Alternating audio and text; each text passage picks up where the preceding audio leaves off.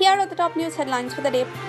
Prime Minister Shri Narendra Modi reviewed India's Olympic preparations on the occasion of 50 days to Tokyo Olympics. During the course of the review, the Prime Minister was apprised about the various steps taken towards ensuring uninterrupted training for athletes amidst the pandemic, participation in international competitions to win Olympic quota, vaccination of athletes, and customized support being provided to them. The Prime Minister said that he would be connecting with our Olympics contingent through a video conference in July to encourage them and wish them on behalf of all Indians.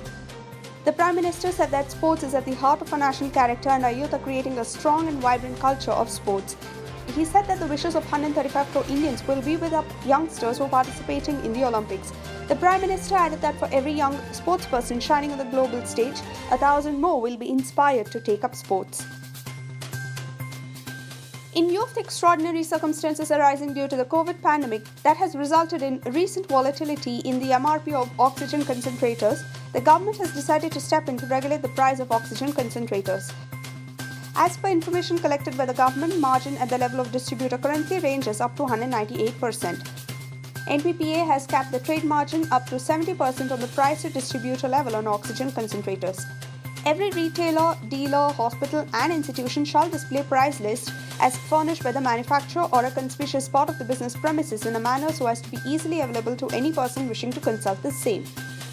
The manufacturers, importers not complying with the revised MRP after the trade margin capping shall be liable to deposit the overcharged amount along with an interest of 15% and the penalty up to 100% under the provisions of the Drugs Order 2013 read with Essential Commodities Act 1955. The Governor of the Reserve Bank of India has announced that the policy repo rate will remain unchanged at 4% and that the marginal standing facility and bank rate will remain at 4.25%. The reverse repo rate too will remain unchanged at 3.35%. He informed that the Monetary Policy Committee was of the view that policy support from all sides is required to gain growth momentum and nurture recovery after it takes root.